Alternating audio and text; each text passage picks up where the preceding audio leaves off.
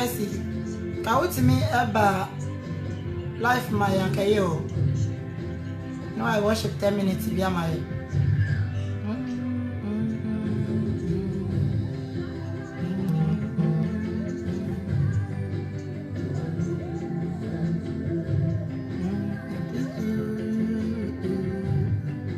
You are doing the same today. Come forward. You are doing the same today.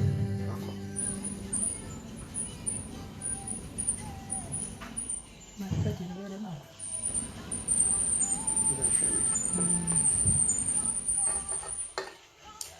Amen. Amen. Amen. Amen. Amen. Amen. Amen. Then I may say, and I should be.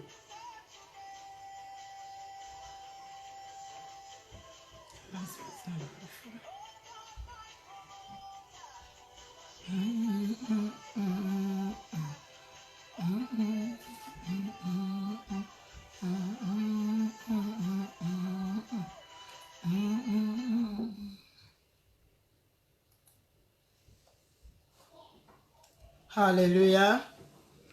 Amen. Amen. Amen. Amen. Amen. We are wishing everyone here happy Christmas, end of the year. Today too is another day that the Lord has done it again. We are here to discuss something about marriage.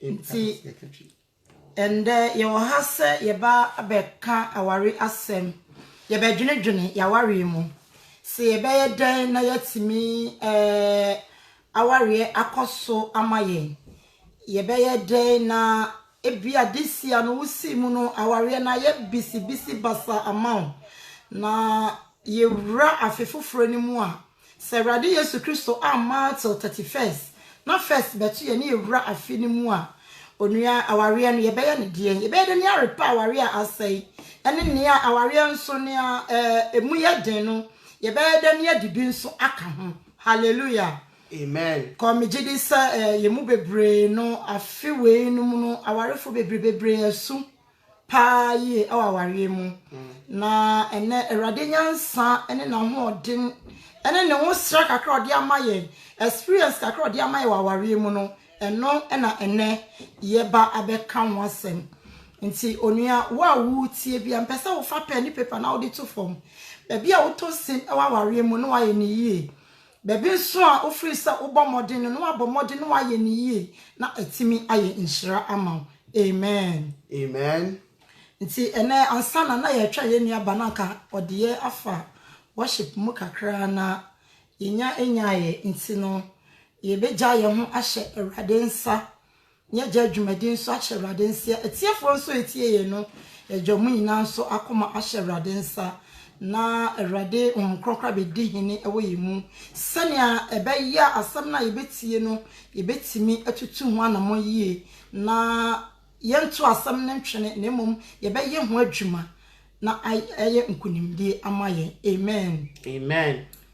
nti anne mama yenkata ye na ye mompaye enyankopon ene ya bandende ene anwumre nso meni mi rayete ene me nuanom a etie winyina Awurade yese ayeye enka wudin yeda wase Awurade ahye wo Kristo die animonyam se Awurade afi from January to December papa woni yen adini yie mama afiwe ababetu yen biemu dia ene yese na se enka wudin enye obia na nya Awurade edanu sane wodi acha yen ye de wodi da na acha wodi yen kwanso acha yen Awurade wo yen fom so nyina mu no Awurade wankuye wansaye wodi ye boni acha na wasasiesie yen na wodi abetena ha de yese ayeye nka wodin Awurade wasam na ye ba beka ye jasemi ehye Awurade Yesu Kristo nsa Awurade brana bedi hene we yemu brana beka ya no enwo se ne be ya asam na eba no Awurade yanka nipa sam na mom ye de ho kronkron na ebe ya adwuma na akowoma asomu ene omakoma ho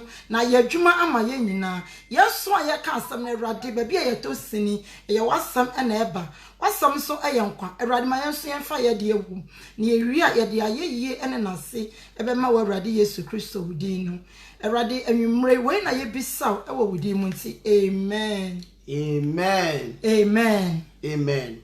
Yes, sir. Enuanuma etie ye na de ye kono ye krom kasa no nti wo a wo tie na wonte nyemase no ye sorry emrepam no nso no ye de mpoto kasa no nso de ebeba. Hallelujah. Amen. Amen. Amen. Yenuama radio nyame enhira mo yenuam so Facebook nyame enhira mo se enanso motimi ede mu fidie no ato ha na yenyina no ye ba ba dwene abrabo mu ensem. Amen. Amen. Mi gidi se enne obeye nhira na me so mbeye nhira. Amen. Amen. Esofo enne ye ba ba dwene aware mu ensem. Na ye baby sase edi ene aware kra yeti ase yesen. Amen. Yo, nyame shira bebre so ba me. Amen. Nyame shira bebre se nyame amaya kwanya ene ameyeshia se ye ba be che nasem kakra aifa ya aware ho. So mame answer me ba o question this so no empre bebre ya na aware ya de bia a very serious thing are happening to our lives. Na empre bebre so no it sounds say aware no akwa yese enipa mienu a obiye nim baby a obiye free na ya be hia no eya na e complicating kakra. Amen. Amen. Nanso no ni nyina mu no Onyankopon e ma ye hu nyansa na o ma ye mu akwanyanso. Eti ene anwumre so pame so obusa ya aware ade a Onyankopon ehihye ye free adebo emfitiase. Bible say obo Adam no say Adam enkoa ontumi entena isa say na emo na yemienu enti no eba say obo oba eka Adam ho na oba be ye ne boafo enti say wo hwa the reason why Nyankopon ehihya aware no anasa obo if oyo oba no be ka Adam ho no ene say oba no aba beboa obema no na so beboa Adam tie kasa aware ye se oba ene bema eba be ka abom na omaye ho na ba ko na omo atena ba ko na ne bema ne ye bia no oba no atimi apushi bema no oba de nyansa aboa bema no na bibia atimi awie peye nti aware na kasa no asiye no. Wow, deep. Amen. Amen. Until now, in this case, no, aware mu no na say me hwe wonchire mu na wodi amaye na che say aware anya de a ye ware a obia eye ne nuoma different. Amen. Amen. Yo, so fame. Nyame sabebre. Aware ya de a ensese ye bamu a obia ye ne ma different. Show. Bearman ya dika abono. Sa. Nti bearman na ebo ne bra. Ena Nyankopon ti asefo ahunu se ontumi. Ohia boafo. Enti oba mra na o meboa bearman. Enti oba sa wo ba beboa bearman dia eye den na abeye wo ne ha different. What you say? Ha, enti no bearman nso na oba na beka ho no eye den na aso de ade asie oba no. Oh, ni etesi ati ase ne se ansana obi betimi aboa wo no ese se nipa no timi hunu bibi biara e wo ho se wa hunu bibi biara e wo ho abede no etimi aboa wo ntimi I just said here o yare no akọ hospital na doctor say ebia Ohio ya omia oha o se enye me ya ade nso ya oya oh amen dan no woni ngo pan ya misuo pan ye ebe dia na ho ato so eti aware mu no yemfa bibia nsie bibia ye transparent see you start say the game is ye pe enya aware bi Debbie. na ya be brain ti ase no aware it is a group of things coming together to make a marriage etina be man ye wo or part you have to play or bounce your part you have to play it is a obana and play the part now be man so and play the part enya ware Okay. say obano e play part ni bi no jabi now be man so play ni die nyina enya ware all these things no comes together to become marriage yenti aware ase eno tire ye kwa na ye jai do Okay, nti esofo sa mempe emisa na che say o patre say sa ye ware a esese bibibia eye baako pepepe nti enya se bia mito nsua ba fie na manto moko an ba fie nti no eye mfomso ana eye mfomso ne yatie ne say se ye ware a yesika ye baako esese eye baako unze oba na oba no wanfa sika bi am onkura sika bi o yo boafo eti ade a be ma ne wo no oba ne be boa wo ni e be ma no wo stack na wuntumi na obe boa do watumi eti no oba no oni hwe a wo save okay eti no se wo ba na se bi adwuma miensa na be ma na ka boso ye onu a wutie me pa cha me pese wo share message we na edru ye nuanom a omo eba be ware ena omo nso omo ware no sansa ye hu ni say sa nyema wo ya discuss no etosu bebre ewo aware mu a de problems eba intino ye pese erade wo mkronkron mu no o clarify nyema bi maye na yetimi ede ka ye Kristo so no sana ba ye Kristo so no ebedi mu ewo erade mu sansa ware na yete ase no onua ma me ka sem bi se yanware ye ya e ba affect ye heaven ko yanware ye ya e ba affect yankasa yabrabo ene ye ma abrabo intino esansa ye mpese sa niema no e betu ye intino na ye beka ne de asi asem so sanya be ya me de wo mu a me beyi nso wo de wo mu a nso yi na ye ntimi because ye bisa se e de ne aware edi ni aware me huni say esofo sesi ano me de me hokra po be example da bia me kasa me de adom bi na adom me e na ama ware no na ono mehu na tam na me hia wo na sabi ota wo se me pe me je penani ade no at the age of 26 27 no na me ntia ware ase o near minimum is oh, after me share bema, and was me pe, it's so be worry me, and I worry.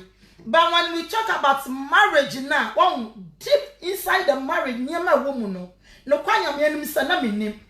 It's a bedroom pran subi, ansana. Me babeti a day now, oh ma, wabusia for kwa ye me ho ade no. Sadano na meti aware ase sadano na mama me ne me kan hintasem bi ena papa so ne me kan hintasem bi ena meti ase me na me na me nim sesa me fa boy na se boy no ni suba ne ye meja no akofa foforo hallelujah amen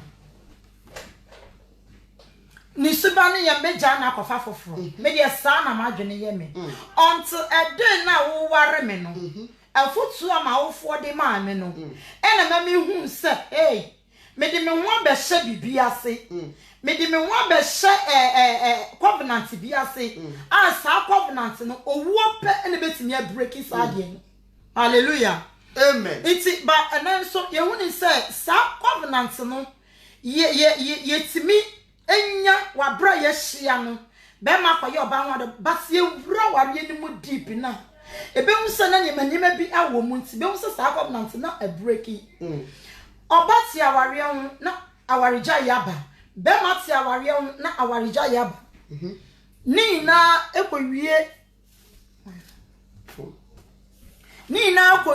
nti ase na ye nti ana wa mama ti aware ase na megidi se sania asofo kan o emi wura kan ye no me o kire se na me tukwa senma no na wo kire as me gidi se obi bia wo tie me bia ati aware ase afa na obe ware am pese wo tie aware ase ansa na wakwa aware na se wo tie aware nso a me pese wunya more experience e wo aware ni mu amen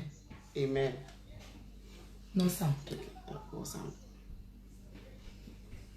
okay Inti asofo mame na chese sesi ano me pese me bisa se na aware no kan ye heavy requirements ho ano because sanya me bisa one question pe ban kire mu na wo kire no kire se aware emu nsam no some me boa me hu ni sa heavy requirements ka ho okay inti me pese me ne enuanu mu na ye hu se aware mu no heavy requirements no e kan ho ana amen na me shout of mama we yeah question be a very very tricky kakra but the tier say aware enye by force enye by force ye wo kofo bi o ho a omuntumi nware until say sebio ombewu afri asase so ana say yira Yesu Kristo ebe pie na animonyamu ana ye won krofo bi so o wa esese o me den o mo ware because omuntumi ntena without aware sana nyakopon ye wo nyakopon wo kwan a wafa so e dia build ni pa bia amen but Adam our papa any Eve or maame no omo baye ebe kire ye ekwan a ye befa so aware number 1 number 2 no is say Adam and Eve e kan bo mu o edi tro mu anyakopon hu say o Adam kwantumi ntina o di Eve be kan ne ho no enkire say be ma bi ahia oba wo ne ho ana say oba bi ahia be ma wo ne ho enti no Bible enka say wa anware a obekọ he ana say o ware dia na abekọ heaven but the other side no Bible mi acha say ade bia ye be na sase so no ehwo atemu wo ho enti say wo ye be ma na say wo ye oba na so do won ko hye aware mu a the Bible person wote ase de say ebre bi beba Yesu pie na animonyam mu a ana say wo pie wa atemu mu a wo bebu aware ho akonta aka ni enti abasa ase so ne ho enti na aware no so ba be ye additional 10 e ba be ka wakontabu ho enti obi a obeware bia no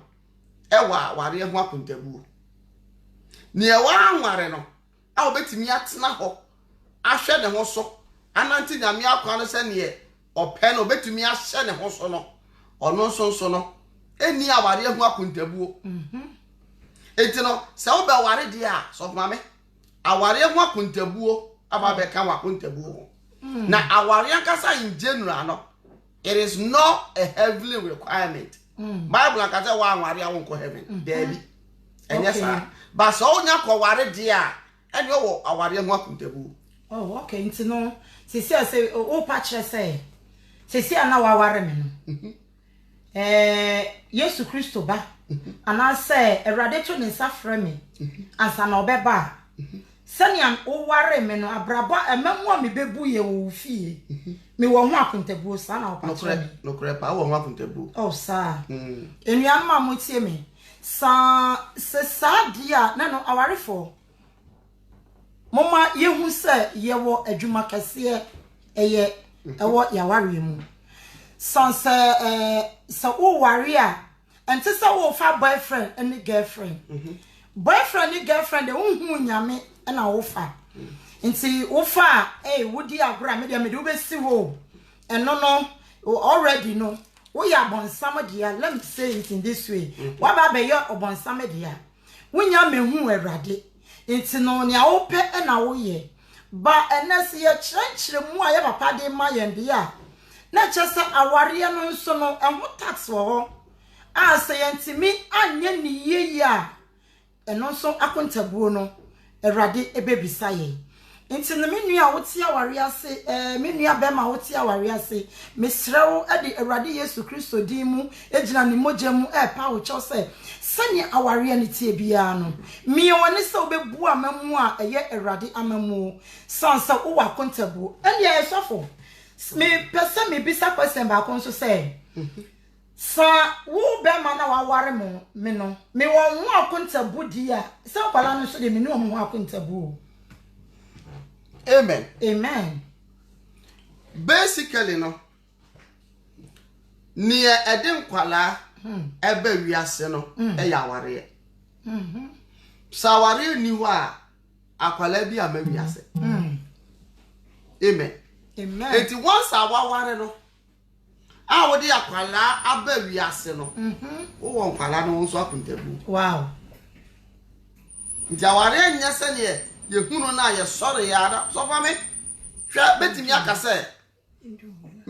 se 98% 98% e ma ne mema e na aguru aware mu a omo nya awrabi no mu ni mercy. Amen. Ka wunya nkokra go ansana be komu no ese u take everything into consideration ese u tine ye wo kwa akoye na se ese hu se wu wura mu no umpie biem until se wawu Hey enti no na wu wura mu nso no o wa atemwo e wo yere ne ho oba no wa atemwo wo kunu ne ho de wu a wo ware ye se de nyankopon ahyehe the rules are yem fanware. Okay. You don't have to go by those rules. You don't have to breach that contract of marriage. This our contract of marriage, you know. You need to make sure you abide with them one after the other. It is a uti ba konkrana. It is a ubu wate. And the menua utie me, menua ba menua be ma utie me. Na me bisa ya papa say. Minim say nkwala ne de, nka nkwala no problem na nye ya warefo no ye problem. Because eno de minim say gift na Erade de amenti ne be ye bia no akwala ne de nka omo problem na nye problem. Ba wa me ya ti ase se eno ka ho de a ene menua no ma ye tie ene. Moma ye hu de we a ye betete ye ma no. Na ye ma no aba abehu Yesu Kristo yie.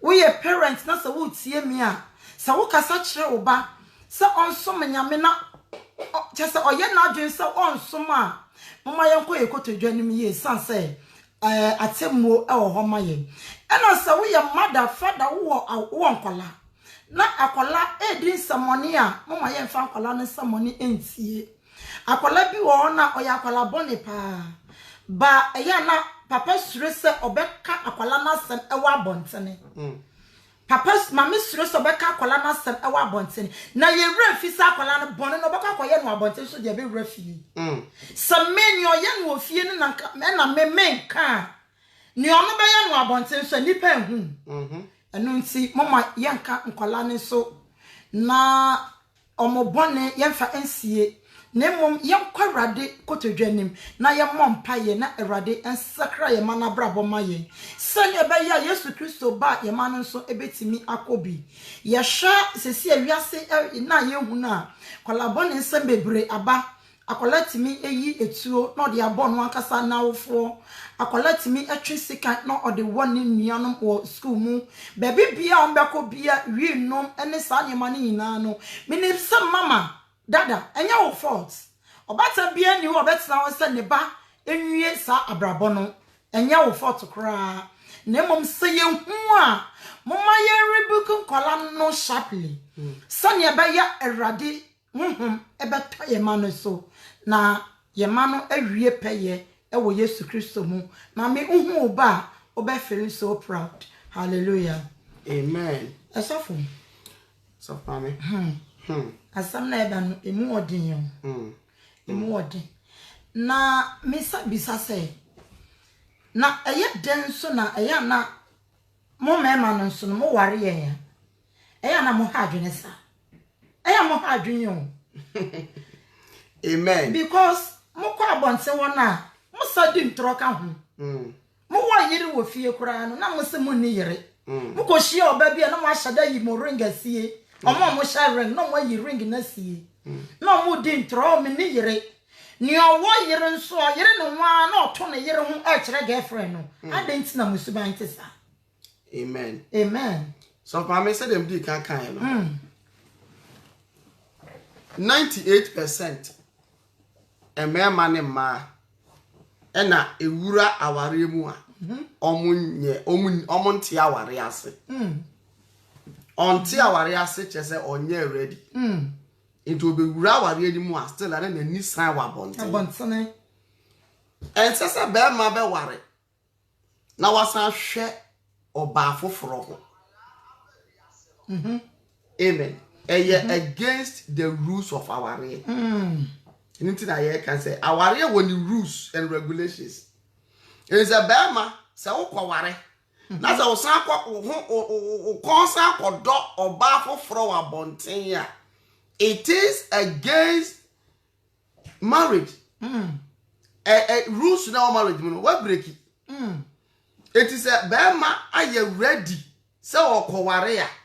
So mama ne kon no obi ada obe ware ne yire ene na ko wuo but ne ntia ma ya na ye kwa bonten no aware na ye ba no ye nti ase aware na ye ba no ye nye ready ne yakata kwa bible do sen scripture sen ya kan kra te ase anse ye kwa ware eti ya sorry ye na ye nya ye single room aye nya ye konwa mienu bi sim ye nya ye black and white TV sim ye nimti aso aware ye oh ni edimrika because me ye adwuma ma ha me da single room bi ma pesesie mu kama ma to me silver mienu bi asimi odropo so wow oba so ya me silver set bi ofo sa waso aware ye ye nim aware ho hwe eti ye ko wura mu wi a it says ye nim the rules and the regulations of marriage, you know.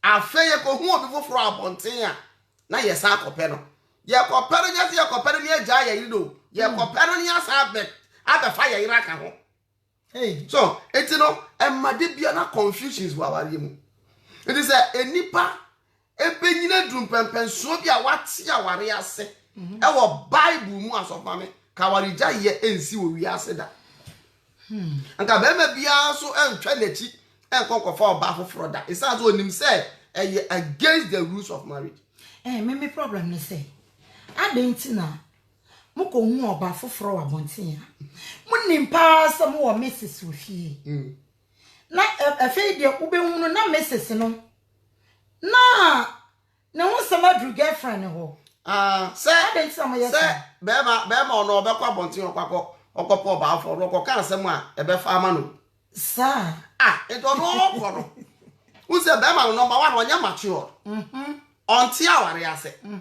it don't know a PS ya bonte okopo ba foforo and just say bia bibi hia na ofie obi o wa de yiri pa bi o de ma no so ba me two things obi o wa bia ne sese obaje wa ware mu no onye enu so betimi apuchi be ma na manako but you say you hwe no in general omiru nya no bia nya ready oh etina fiti ase bi kaka say you beti nyakopon the reason why aware ba ye na yahwe bible mu ne asua nyame asem ne ma nyakopon a kire ye ne obi ye sese oye wa aware da se a so fa me be ma kwa bonten oba kwa bonten oba nsu be ma nsu esa say aware fo mi no obi e de nyakopon epe obi ye aware no apedie enti dey na ba mu akwa bonten ebi oba ye bibi ofie a ebi a wompe na wadina so se me kwa bonten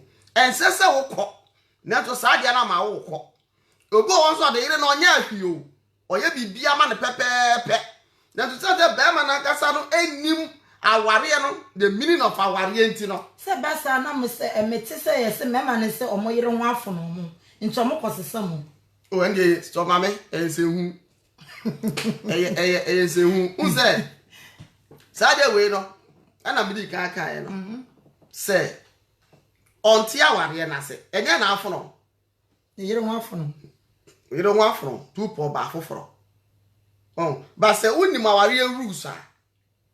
Now what ti aware ase a, unko kopo ba foforo. E den na oyere ho fono. Enti na no den na tese wo ye. E den na ese o ma oba ne ye. E den na tese mu mienu no, mo trase na mo ka. E den na bi a oba ne ya ne ho afono. A wo so wo nimdie ga da ma oba no, ama sesa abam. Ni nyina wo nye.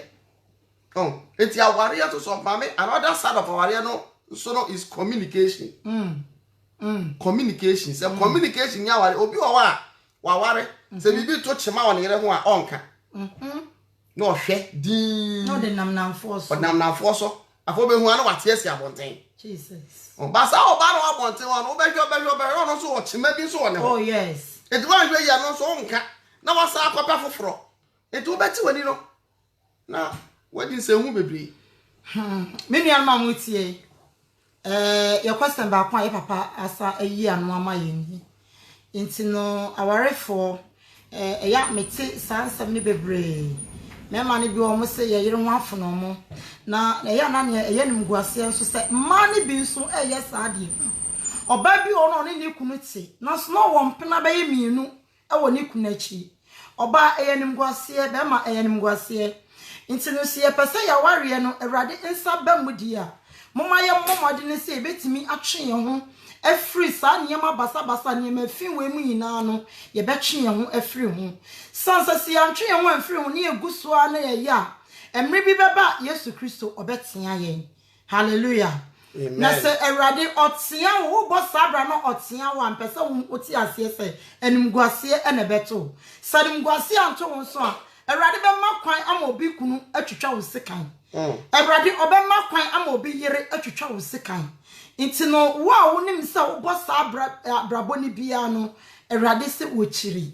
E abomination e wo Awurade ani so. Se wa ware a wo ti aware ase na wo ko ware e. Se wo nti aware ase kra na wa ware awie.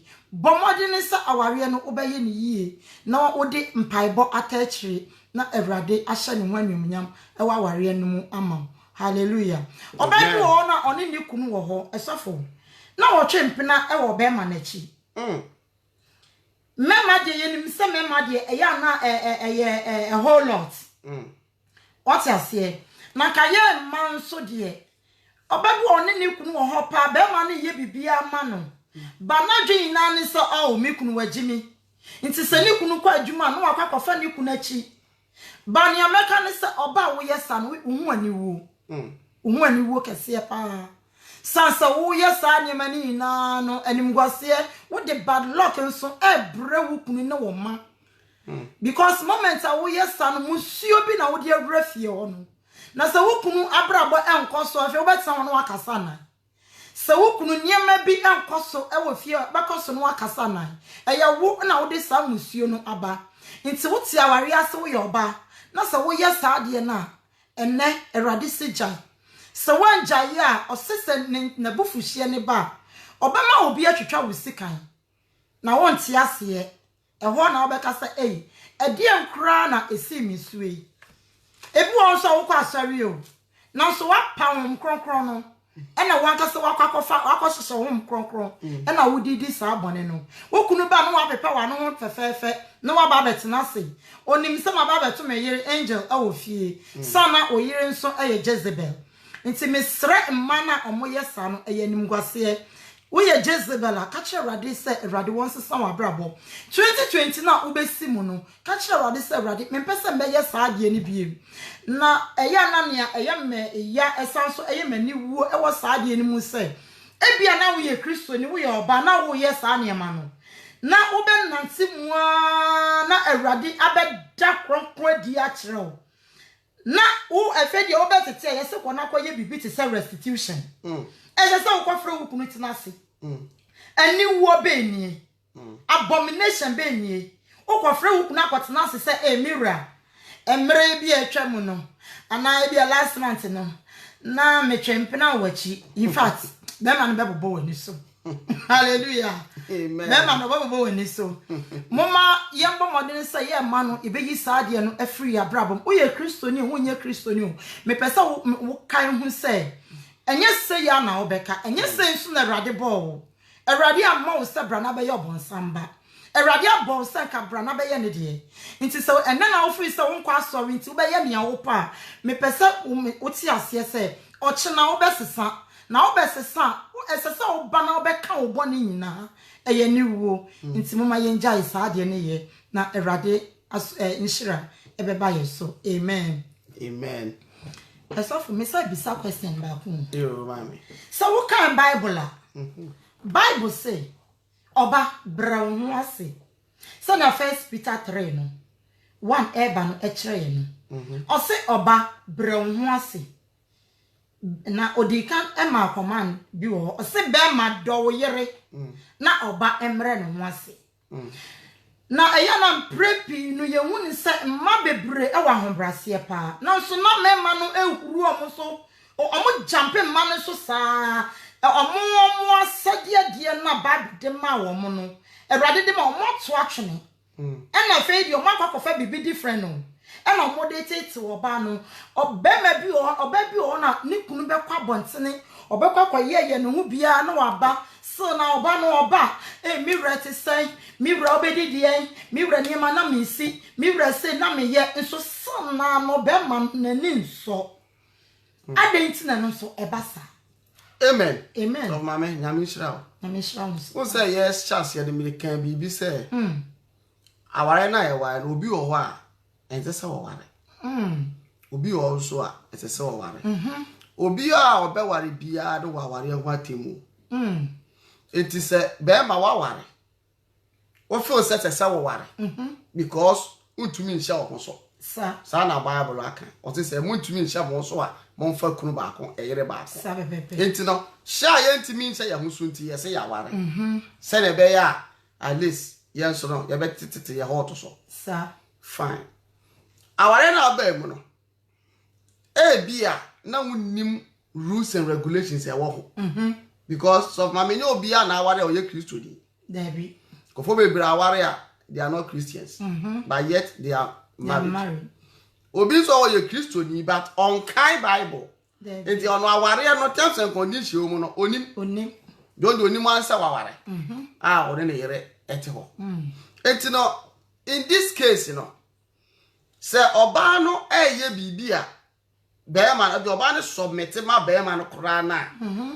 Be ma no onim aware mu say do wo yere no. Ono onim the sana Bible ka.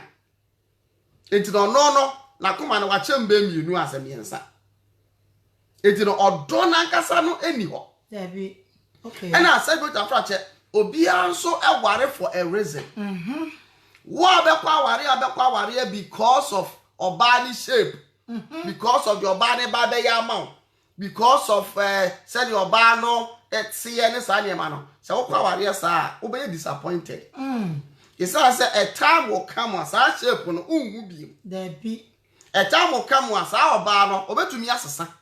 Se sesa ne ba o beba no. E say wo kwa whatever because of such things you know you will be disappointed. You will. To so be disappointed there, then you need to go around and search for another one. Jesus, have mercy. Enti ye kwa ware a you make sure say make omo a enima ware conditions. And you think I'm say 98% we don't know anything about marriage. And I was one of them. Ye na ye ware ye nim say ye be ware po na ye nim ye be ye kote how to be so ne sa ne man ye ntia ware ase. Enti no se otia ware ase a se wo wura mu a udi Nyankopon mbra na wa ware nim ne so. But se wo ntia ware ase a wo kwagada do wura mu eni ha e bi kra akono bi kra du ko wura mu. Odo bi se da nim. Enti no obeye den oba de beye den ama wani nso. E say wa ma because of odo. Who ba because of ebia na ho akire wanadu bi e na bi akopa ba ko bi dia pa wanum. E na bi ekoko one night stand so mama e na bi ekote fa so. Jesus. E bi anyinsa ko ba na afo say na nyinsa na chekere wo e na wo tia ware na senti e no odo bi na ate wo. Okay. But who ti wo because of na ka akwaye wa de e na akote afa so. Fine. There are some people that when they enter this way now, as time goes on, the love can develop. These are the people who will give themselves the chance for the Lord to speak to them. Omo ja woman Yakopon kasa kire omo esue nyame asem no with time no they change. Okay. What you say? Na oba na fe de wa bedo no. Okay. So, it is no we are secure.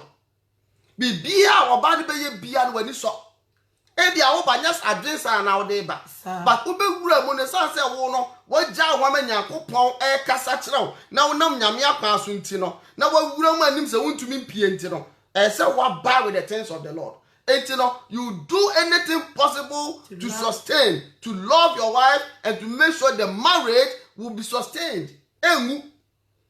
Wow, and you know, oh, bear man, what be them? Bible among rules and regulations in the marriage. Bear man, what did ye? Or bow what did ye? Or be any lame, problem, mama. Okay. It is a bear man, oh, do lame. I had the Bible say, ye. Now, or bar no any dear. It doesn't concern you. Okay. What I say? Because in the first place, you know, what's the worst one? I don't know about anything that happens in the marriage, you bear the well, it is a obano ebia submission. I can walk out from ebia obano submitted for compatible. Okay. Because obano so will disobey the rules on her behalf.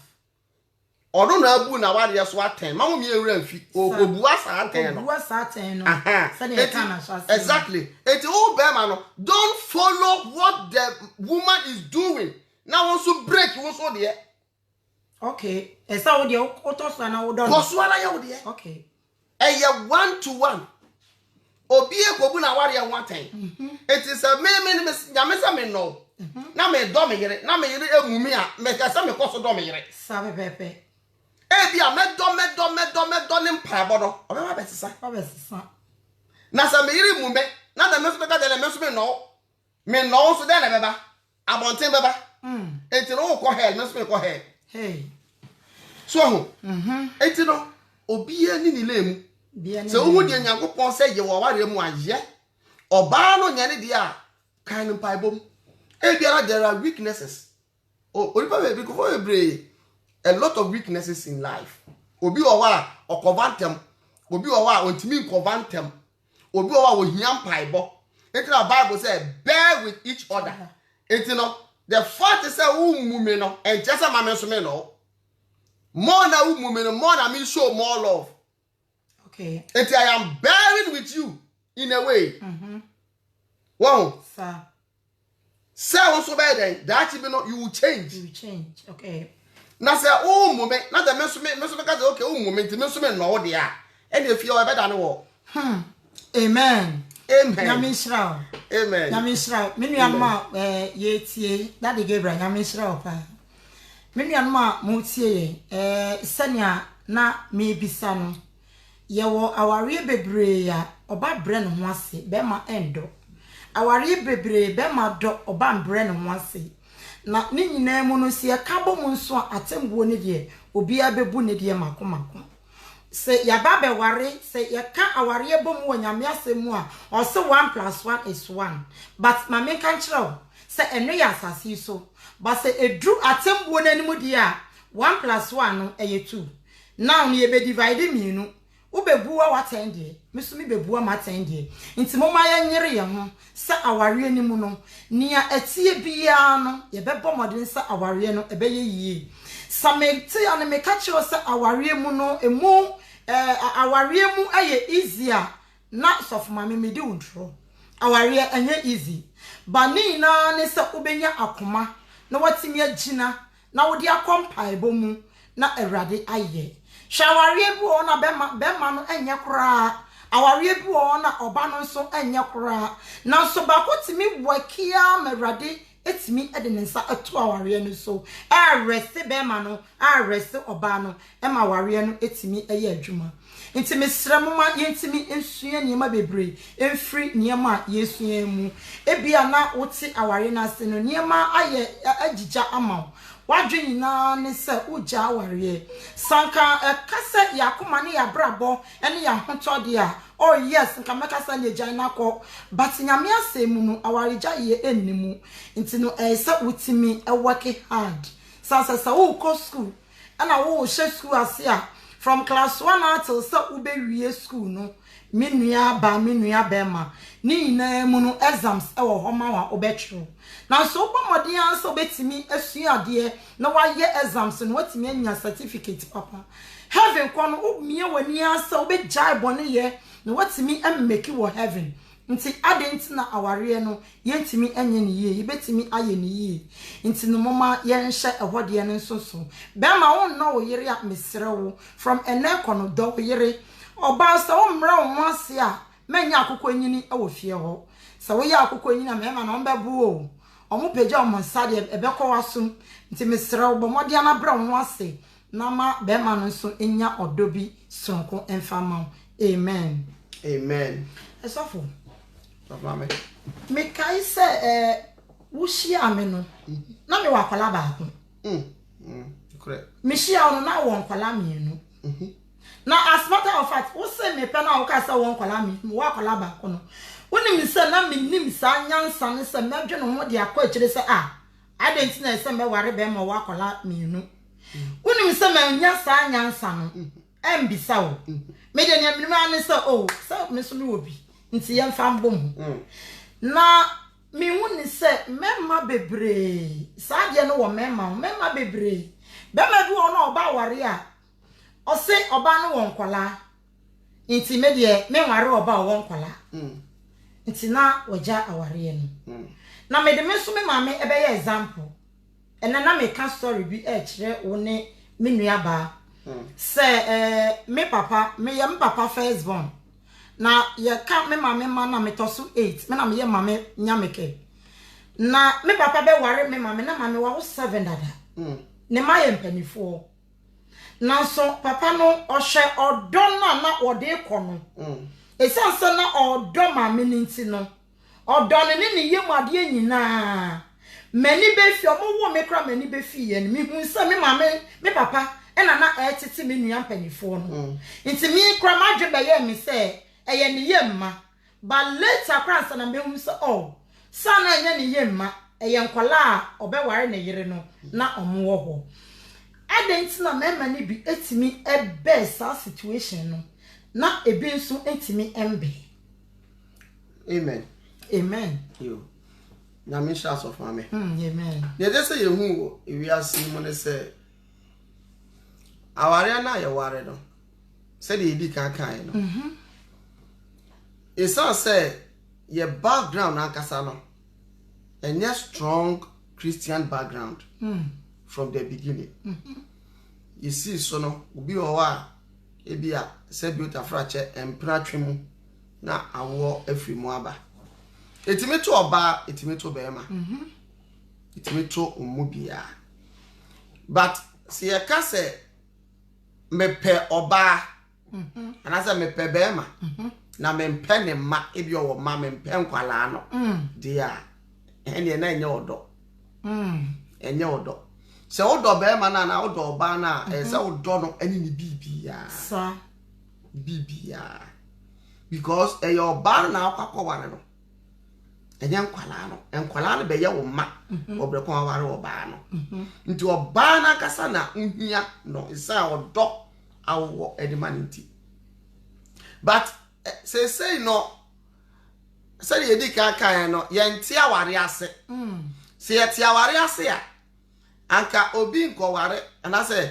obi nko hu obi na okase bia wawo nti no me ware wo e bia wo mami nu wo mami ensa be ma wo mami ya na ema ne pa ya ne tai eto be ma no betimi ya wo be 80 kwa do mo ba ware e bi kwa ne mani wawo nkwala na rough na afina wenyi no obepe aketiesi bia mana ateche ne wure no de akowuo so hu e dey different e dey ma ware ba ye kra ye goose ene e dey ba ye bra ya boni wi ase ye nkwala hyehyɛ ba bi bebre ni akikom na abom baba but e ma no ya na obema bia ansoro okwa ware a o feel say me nya o banka onwo ya anke bia mepe o hwe physical things or just spiritual things. Oh jeez.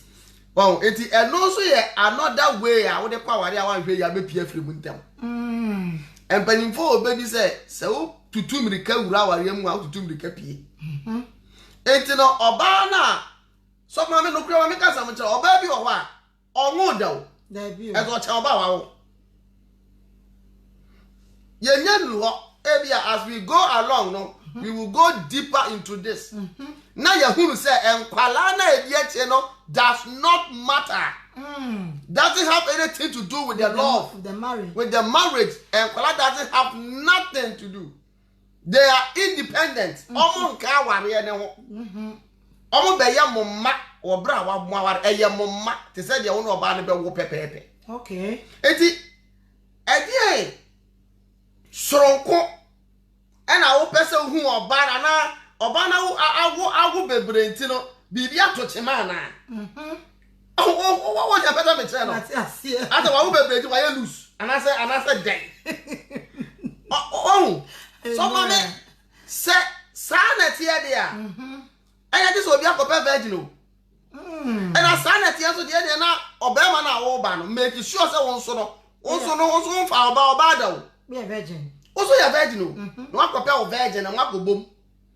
But apart from that, these children doesn't have any part to play in that marriage. They will be there as your children, both of you, as you marry. No, omo your mama.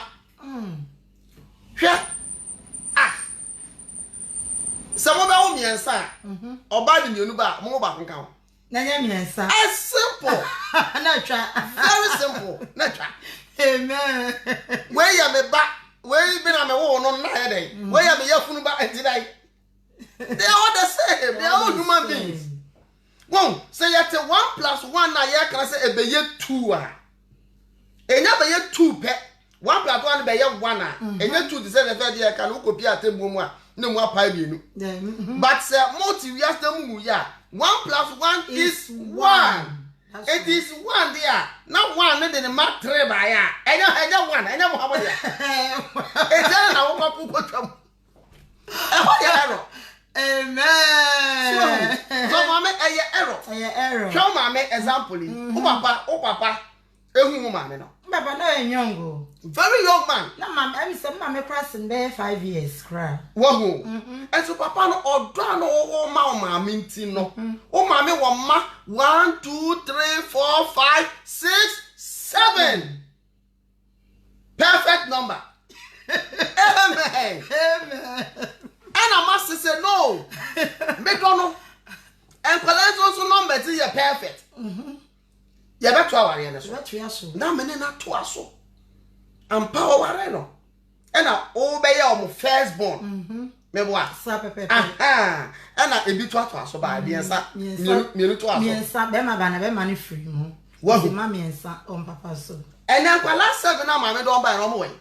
Ine omo Ghana. Ebi no free. Aka say. Si say aka 6. So geji 7 na there be 7 na buy no.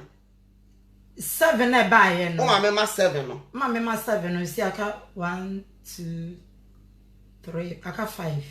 7 aka 5. Mo mo ka ho. Ye nka ho. Aka 5. Aka 5. Nti mo be ka wa mo ye 8 na aka. Debi o ye ndru. We are sure. Mo no 8 of am count me ye. Beba, sister Matilda. Obo nwa wudo so. Sister Matilda. Bra Kwame. Sister Gladys. Nyonga. No. Nyanga ya wo papa.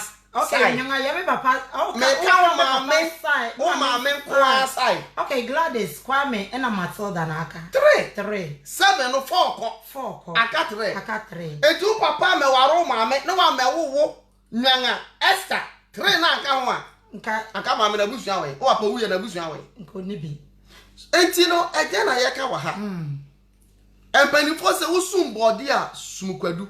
Unim ne ye da ache ebegyina ma. Ebegyina ma. Te se papa se bi owu, o mama wewu. But mo anuafo no a ne e fo se ka mo be do so obi anka onkwa aware no kra no. Look at te se ni aka 6. So enti sadia na meme ye no anase emma no ka do mo ta anye sa. Emma na ye sa. Eye big ni sa problem no bebre. Ma no mako bi.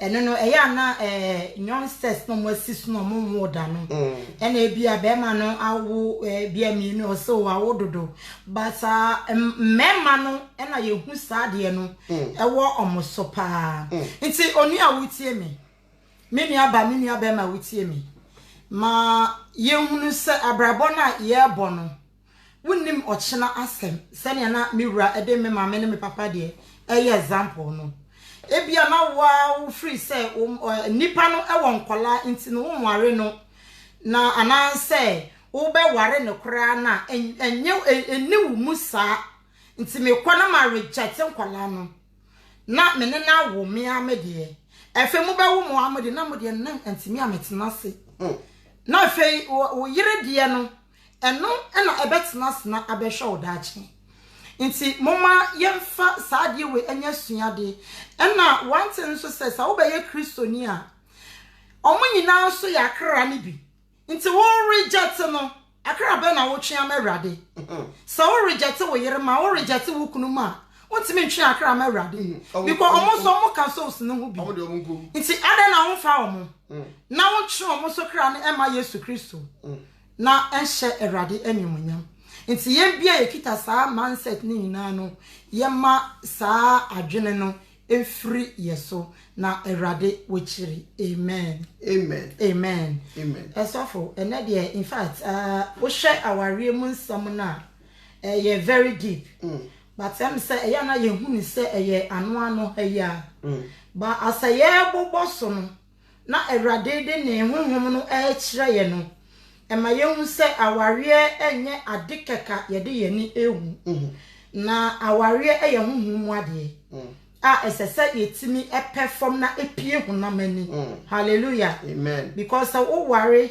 na se untimi bema untimi enyere ho se obetimi ede wo yere akoma Yesu Kristo na wonye good shepherd so make sure say ubetimi ede wo yere ene wo ma akoma Yesu Kristo oban so say make sure so betimi de wukunu akoma Yesu Kristo na so wutimi ede sa adwen no ehye wutiri mu a meka kire sa ware mu ntokwa basa esu betwa wo fie ho sansa wonnim se ntokwa pefo bia ni ho a osoro anyenie no obenya di eno ntine obebọ modene se obeyere ho me kan kire wo se obonsam oma wo obeba ba mama yentimi ehye ye ho so na yentimi enni obonefo ne so na aware no ntimi gina na yentimi emfa ye ho en set a good example emma ye mefa ne se ekuro na yetimu no asafo yetimu ye nafofuo mu ene babia na erade hira emra so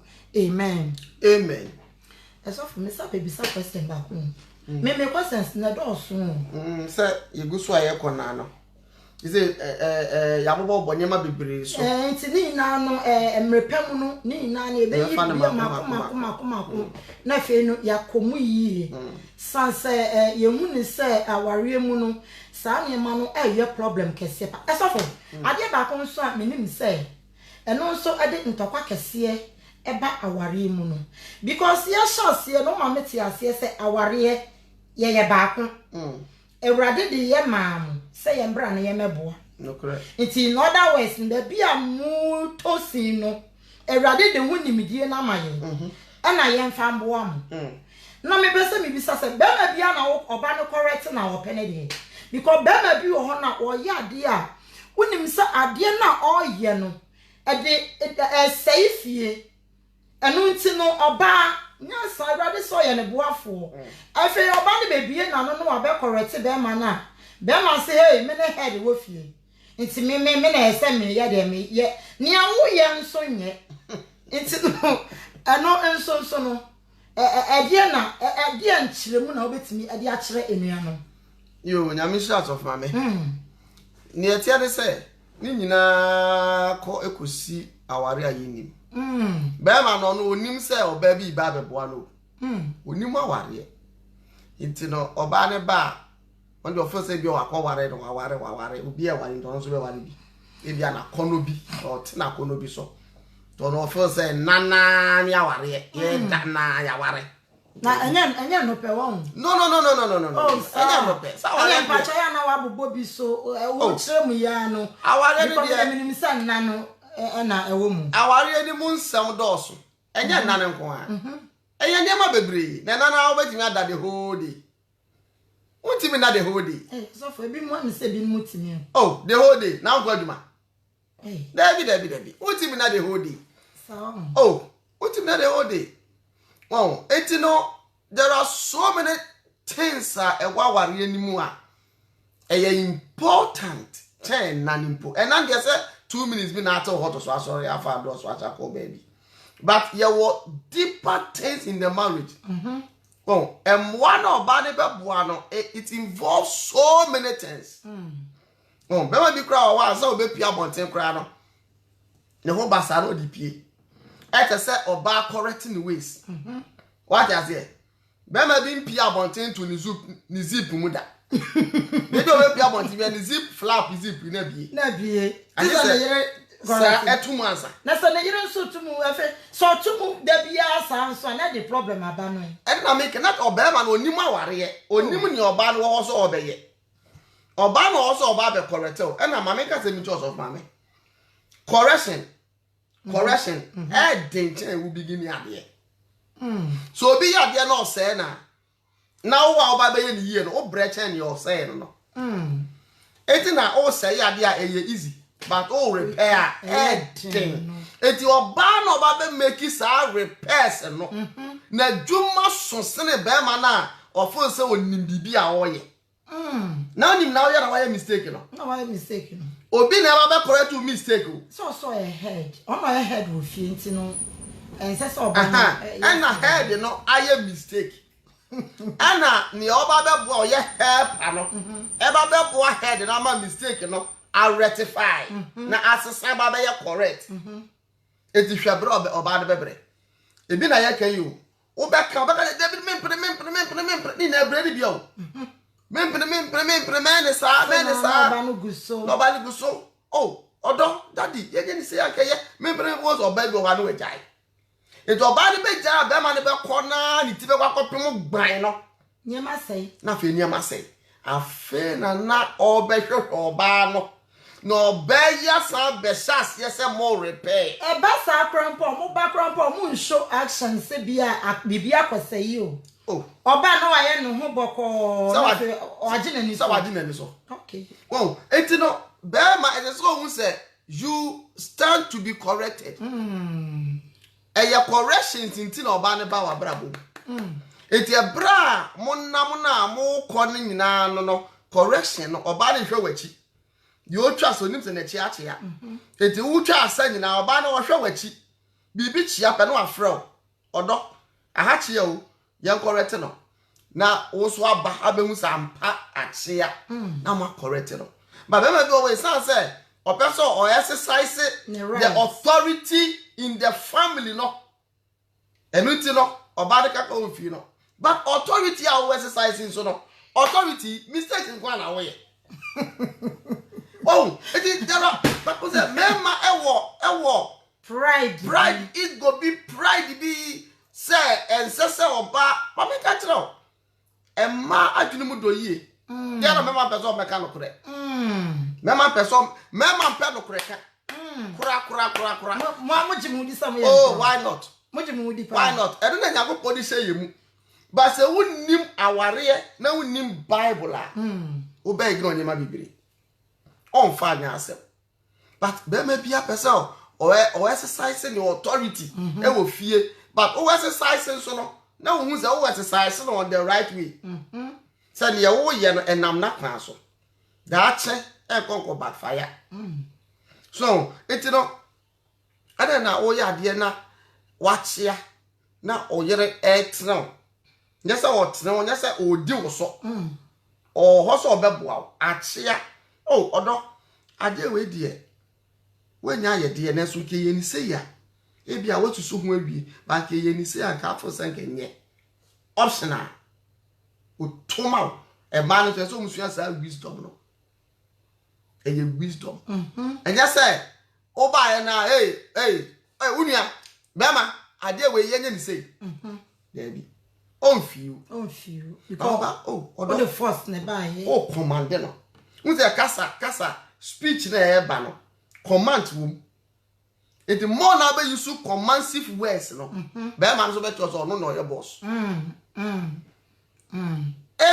e ti no say wo ba na kasa o be yire mi kun odo ade yi okay when you be hu de the all can so kenya bad na o feel say ye ni say ya anke moa so it we the open what to am no why the open question enye close ye ni say close but ye ni say yanka open no wa bi emu ama no na ono akasa akoda no na adwena kokko ya me yere kan ye no kure ye nya sa so tricks na woman amen but obedo obekoro chese ono the full them and eko obebu aso amen amen and yesia de aware for yesia de wonso anware ye no pese wetie bi na e kire se emma mama yesia sania ye ne yekunum ebekasa sa metiase a nia miwra sisi aka ye no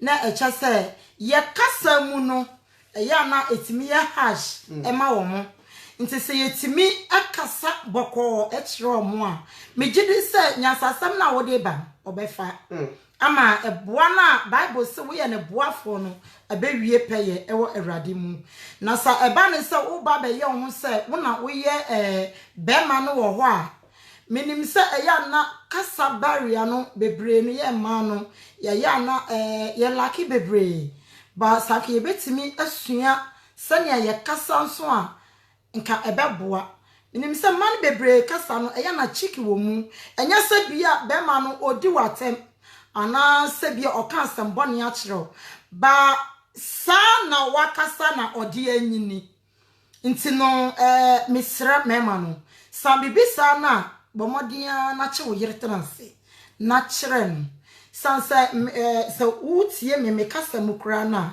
me de me ho be ya za me obi am ye very loud pa me to nyumo o me kasa o me mrimu no emusu yie edru baby na me ne me kunu e kasa onimpa sa me ka asempa ba eya na aye bone ama no nti ono so fan different way nti later no am hu say Sylvia asam no eno na wo ka no ba esenka wudi tone say na e kasa nti no mesrɛ mu saka mema no munyina mo beye yesei a nka ebeboa ye pa nka no bema yesua bibi nso afri mu nso mo ho ema no se ba ne se bema no e correct wa nya ho brase na tie obadu ona onim se mma ye pride bema ye pride e wone bone a obedi ho but when it come to pride our mu mma ye pride pa because yenim se yenim bibia nti ahombrase wa aware mu de ye mpentie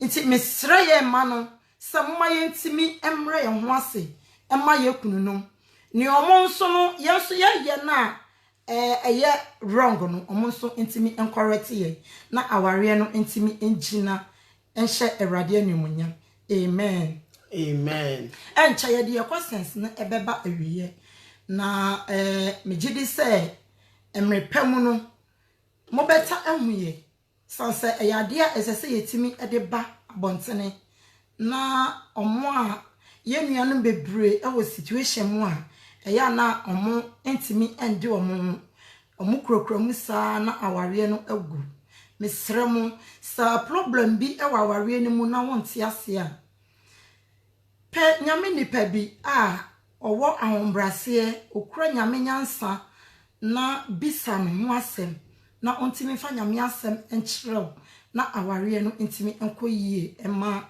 erade Yesu amen asofo nyame enhyerɛw pa amen ewo ene question a me de ba ye no na watimi wo nyame nyansam na odi ama na wakyerɛ me ne me nuanu ma etie amen wakyerɛ yansie na mesa ebisa bi adenti na mema no so me see su no me mama na oyi chop money me papa oyi chop money eto me mama table so na me mama de akodidwa no de abeye aduane ama ne bi no ama yenso ye bi ba mi tu kwan ba abrochire no mi hu saade no mi hu ni se bema eye adwuma esie ni sika oba eye adwuma esie ni sika be oba nim ne ne kuninya be ma nim ne ne kuninya eno ane se ebi wo krampa oba esi ni dan na be ma nso esi ni dan na eno nso no eba saa na aware no ma ware no ewie peya na because ne mi hu nyina ma mi hu se aware no ewie pey adentina me ma no so ese mo yesa. Amen. Amen. You a very, very important question. Pa ewa wadi mo. Na the tiade se eba nyame asem a. Nyame asem a eye Bible. E dia ware abre yi nyina na ye ware no. Ensesa ewo baabia obi ho. Nyame asem ensesa ewo baabia. So wo Ghana. Na nyame asem cho se ware se ya. Oba UK a sa de betro. They the same. Oko China sa de betro. Oko tna America sa de betro. Odo pa akona kwatna Saudi Arabia sa de betro. Okay, nyame asem eko baabia. Enti no die nyame asem be kire se yenye se bibia bomba kono se unimu a etam bi kankan se bebre ya ware a yennim yente ase se unim se nyame asem kire wo se one wo yere monka musika mom munya bibia mom moye baako a se wo kotena moon sokra esa moye baako because mo de nyame asem na ware enye baby a mo betra no conditions e wo ho enye emra e wo ho me ka ba bisi question so ye wo Ghana na ye hu se Ghana ne kra ne papa no ene maame no na omo ye bibia bom omo ye bibia bom ya papa na esi ne dan ye maame timbi Sa ya maame no fo bebre kra enkwa adwuma omo sorry a na omo housewife bia na maame no di dwa kakra they support ni kunu e kamoa obebo abema ne ho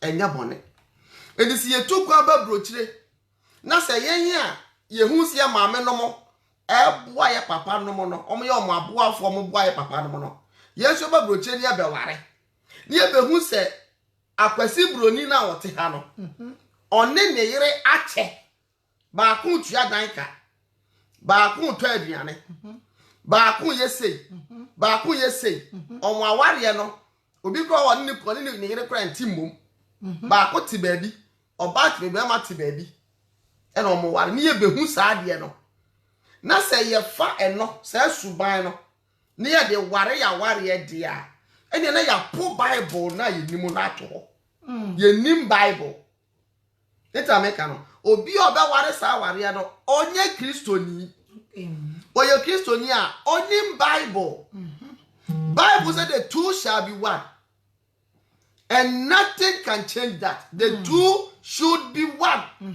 it is a one no yere te na mo abrochire na se mo ka se abrochire na mo woni nti no obi ansi ne dan ko obi epe ni sika ko I don't get it menti ase e de se munam ye bibia bom se de ne papa no ye o Ghana no aha ye ne pepepe won se oba wa brochire na wa ware ni kunu na oba no se bi o ta fra che oye adwuma kakra de ebua ni kunu a anya bone oye boafo e no so kan adwuma ne mu bi se de ne maame no chichi bofrot eto tii wo kwan ho eto broni nkate eto minura wo kwan ho e de support ye papa mo no e wo Ghana no the same thing e no ba no wa ha ya ware no so no obeti bi akoye 3 hours 6 hours bi e de support be ma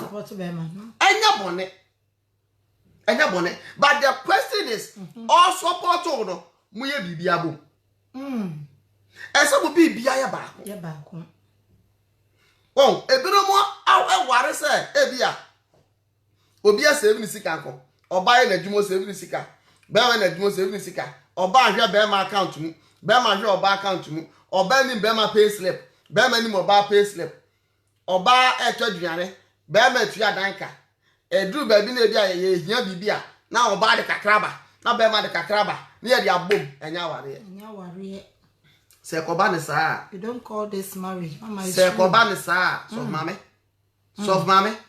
so mame efia ho very word e bi oh udidi bebre kura be bo asum ye bo asum because oh so to aduane obi na eto make ho nso no oba no onye full time oba na nya full time e bia no ya part time no part time oba den na wa support fi part time oh enti sisi e bia mema ni sisi ma no especially e wa kwantuo mu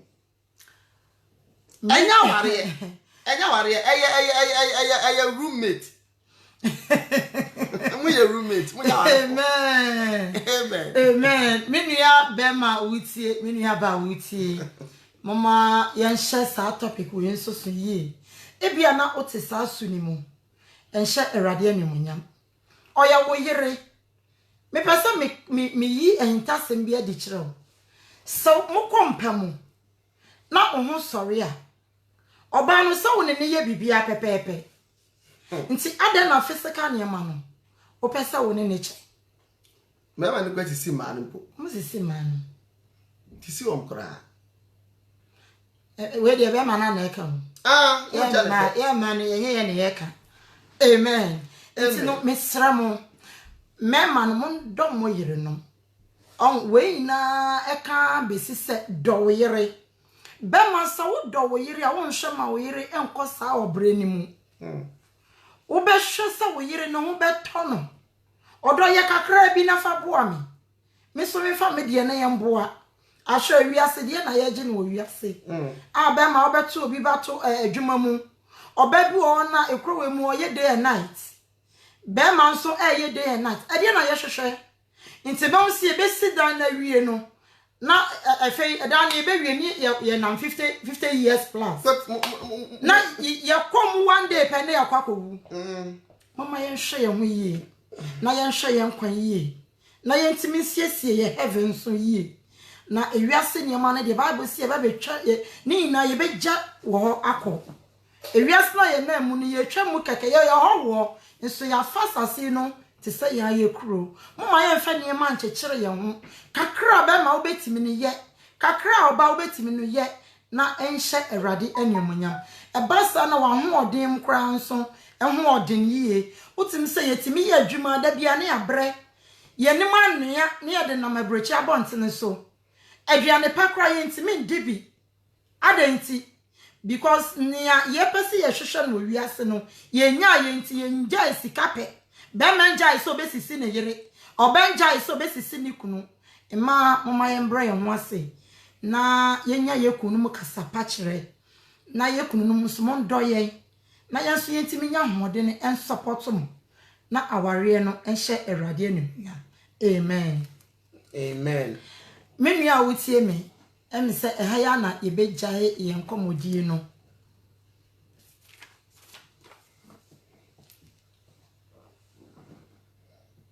ehaya na yebegyae ye nkomodie no asi ene me gidi se erade ne ya bobo topic bebre so na yebehyaase na ya ye series of marriage na yetimi ayiyini na mako efe yakomu deep ede nyame asama toto ho na ya hwe se eye se se ye ware esa ana ensese ye ware esa menua mama yentimi enware ni na ware esa wo ware ye ya emu ye de pa hwe ubetimi aware ye wadafo bebe wo fie ne na ni bere aware no onya na nkasa na ware etie babisa ho se oba no betimi ayete se wo bema no so betimi ayete se wo de ene aware ne be yesa na se ba ko be huru di a ene entimi nyesa enti mama sesi an ye behase asua sane aye ware na ya hyase asua ne manso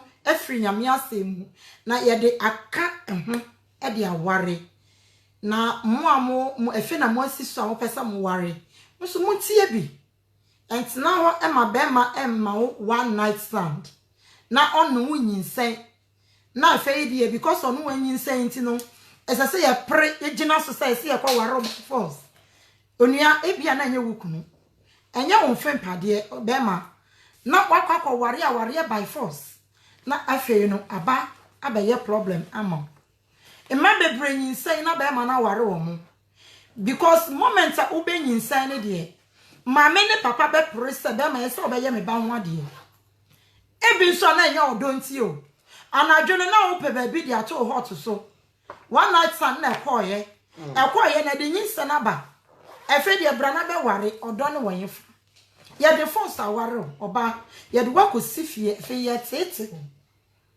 sa abrabo no wo ya oba na wo ha ye mpesa obekọ sa abrabo ni mu so obo ase na twa ye Awurade anim na ma Awurade na nkasa emfa wo de ma na megidi se obeware ama aware no wani age me wasem bi kan se aware a ye ware wasase so eye small heaven e wasase so wo ware na se wani gi e aware ni mu a come on wo heaven nti hu se heaven no enye wiase ni gi die na meka ho ede na efe samwa ware wonyame mu na edru sanda woni wukunu mu kwa asori bom wona oyere mu kwa asori bom mo bafia mu sua nyame asem bom nyame adwuma mo ye mo nyina na mo yebo na mo nim se mo closet nso mo bomode ne se mo be di ne kro mo hide secret sin bia na mo be yere mo ho se abrabo ne be ko yie oh what's in heaven because moment am me enu mo ye saade no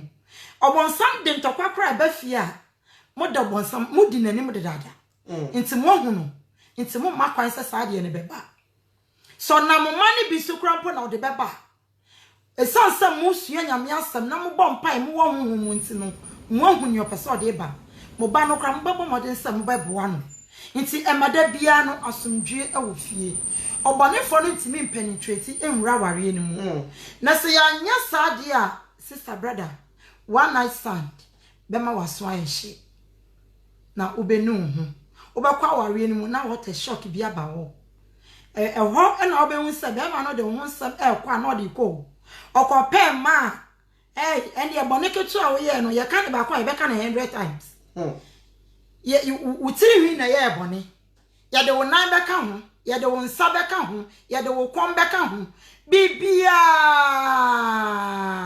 e be ka ho nti mama ye nye careful se ebetimi atwen Awurade anim oba woti aware ase nso me pesa mesrew se wodi bone wo wukunu achajai wodi bone wo yire achajai because wontimi nkasa wo yes ade na woti aware ase moment a wo sha se wodi bone wo wukunu achi no aware no huhumu wapai mu dada wankasa wo de wonsa wabeye obakwase a o Bible mu wo de wonsa sai waware nti mesremo moma yenkai hu se yekununum senya wo motie bia no emre pemu no wo ya ware program ya hyase anu nua me ameka me sorry e wo ma ware mu na some me sorry etimi to from e aware asem we mu a ahia obefre me na waje motive efre me ho san say when we talk about aware eya ware boni at the same time eya ware papa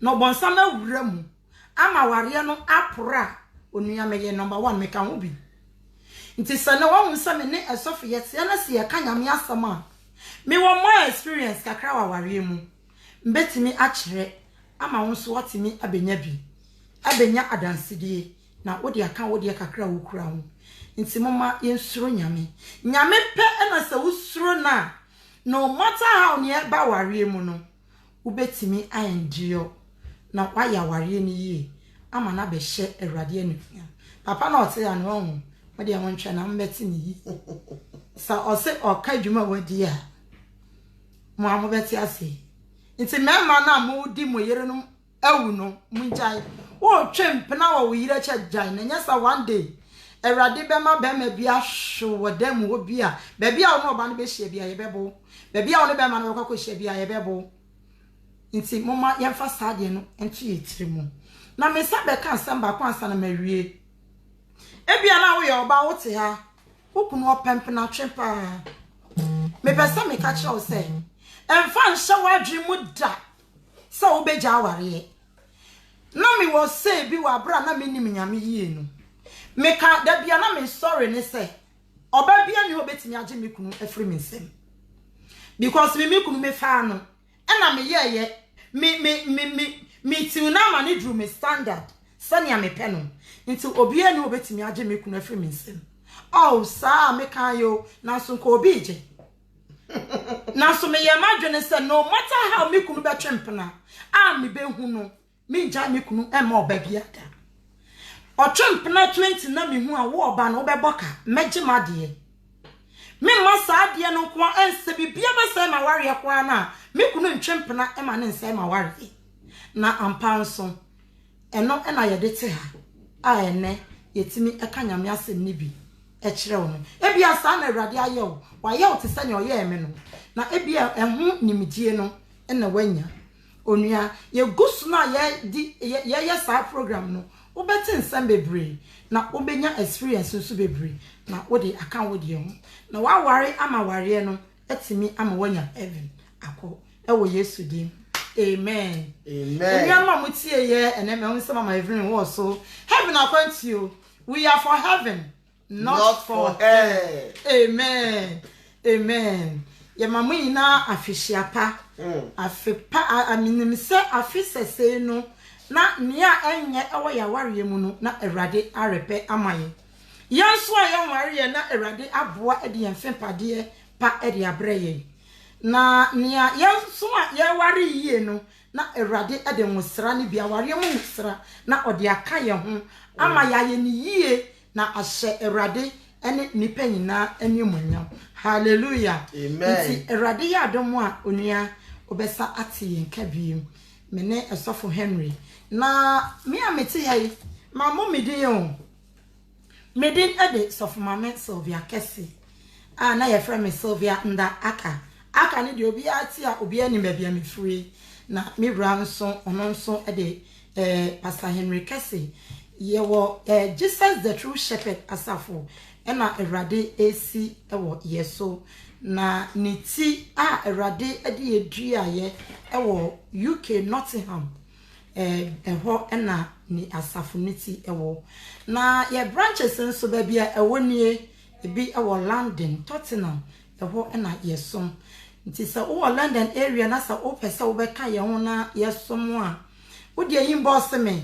ana yimbo se me kunu ana se yimbo so sister Kesi anafi ono nso obetimi ama direction chief usher Kesi pa onne be bia obi oba peke o ono nso nadom dia Awurade dia ma no ombre e wadwuma no amen nti eho na ye second branch nso ewo UK ha nso no ba ko ewo Metin Kings ye twa ne show say MK eho na ebi nso ewo nti ewo nso no sa upe baby asoma na wo Metin Kings area Luton and Bedford ene Northampton area St. Thomas area hono onua eno nso inbox me na ubenya esafo oda no nso number na eda dria ye presiding eda dria ono na Mercy dria mama Mercy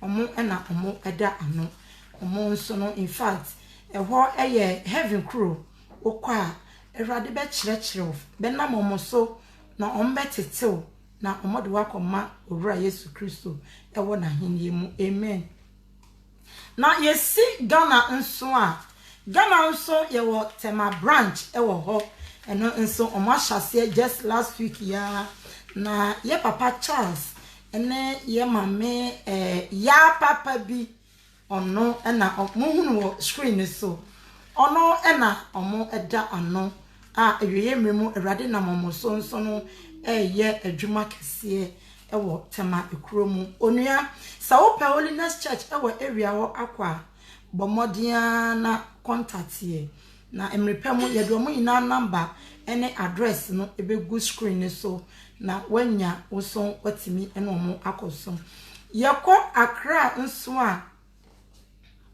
amen yeko Accra nso no ye wokasoa na yesofu David Abraham ono na ono nso oda ano nti se ope bia address no wa onua frame na mema o yesofu number na ono nso no watimi akontate na mgidi se ewo nso obetete wiye na odwa koma owura Yesu Kristo ewo na hini yakọ Kumase nso a Kumase nso ye wo ginyase ye wo mampranse ye wo sepase sama boni ye ya minim se obi a wo Kumase area bia no ebehu amen ntano nso sa ope omo number na ye papa George Rekon ono nso sa wo fra ebetimi amwanya ne number ene ni Facebook account ya oba Facebook ebe preachi ono nso ubenya no na aye inshira ede amount wunya esofo George Rekon a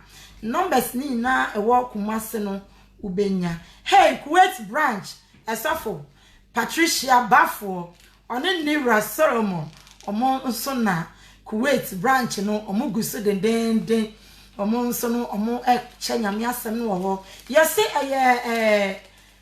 nkramofu kro so dempa na nso omo gusu a omo edi ehu adwuma adwuma no hye Awurade anemnyam mama Patricia nyame onhira Awurade nwosra enye kese wo so eweye mremo Awurade mfa wonye kese santi no heaven and hell na dia especially hell no onfa wonkomo no wanya testimony ewo kro ni mu amen intino yakota krade nso no e papa Raphael ono nso na data krade de na no in fact Awurade nam no so ya wanwade kese ewo takrade krom takrade a nka yenim se kronkron abrabo no enni ho Awurade nam yenua be ma ne so otwe akra emme Awurade pa na menim se emrepa mu no ekura ni nyina no Awurade eguso ekọ ebia na wo Kumase area na mabobo no ebia na woni area no sa woni area na heavy seekers nso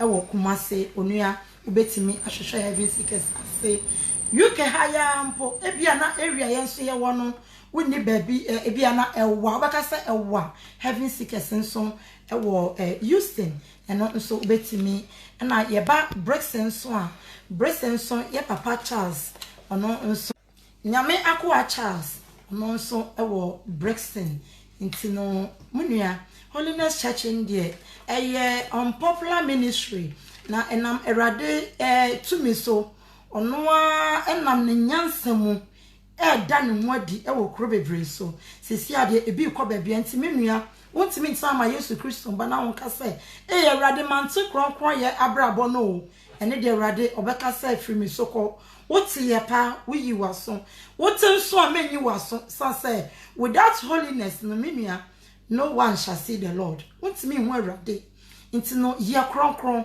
na hu Awurade anim na menim se ebeye inshira ede amawo hallelujah na me say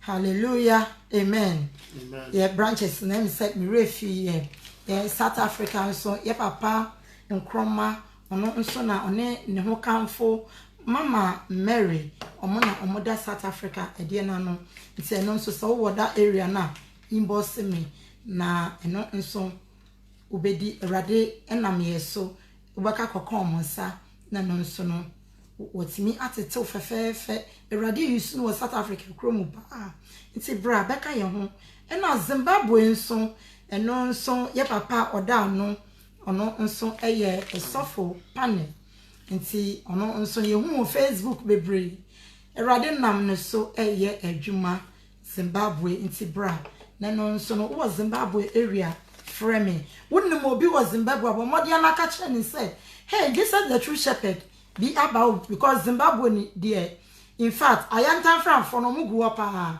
nti moma yenkotu omo na yenje nyame ma ema Awurade Yesu Kristo na megidi say Awurade ebeye wo kese na ebia na awa ewo mfanti area ho ebia na ope bebi nso asom mankesim ye papa Isaac ono nso na Awurade ede no ato mankesim ebia na no nti no onua bra na yentimi ensom enkwa heaven me nua mama wiase ento me nyane wia endwane embrace wiase nemom tso free wiase ho na ma Awurade enhye ne ho anuomnyam ewo wo so wa France nso no ya mame Gloria Tatra nani ye di no ye prophetess na compare ya o yuwe oba line so say ya muhu ni pa de in fact Awurade nam no so ene ni wura so ye niam akese e France abontene so Bordeaux nti wo Bordeaux area bia no bomodian say obe frɛ no oba Facebook da bia na no ya din prophetess na no ya din nti monyere mo ho say mbetimi anya no contact mo France area na in fact Awurade nam no so ebe ye niam akese ewo mo abrabo mu me gidi say kofori dia very soon no ye beba ho hallelujah Mr. Michael enchekra ye beba ho sisi ade Awurade nankasa sate na dwuma na obewie nti no wo de sa wie a obetimi inbox me o number ewo me messenger na ye di nkomo hallelujah. Amen. Nti onua motie mu nua mu ina moka ye homa yesua aware asem na nadwe wo afi na waba no me pese wo ko back na wo ko play video no na utie ni full message na ye de ba ye no bomodi atie na me gidi se ebeye nhira ama wo fie nia utosi wo mu bia no onua eni akinye eye nyame asem na Awurade beka wo ho ama watimi enya wadwe sa aware ni nye nti no onua wontimi mfa bibia ensi wo yire ekwan yo wontimi mfa bibia enja wo yire Bible se yemfa bone nche nti se ukuna kobwa dwama ya fa ne bone che no na fa wade yesa wo yire akobwa dwama ya fa ne bone che no na fa wade sanse sa na Bible se yenye yemfa ye ho bone encheche se ukuna bwa dwama no timi wan hukura no timi be ye restitution de mawa somu na release no na ontimi emeki wo heaven na onso ntimi emeki heaven na me gidi sambre pamu no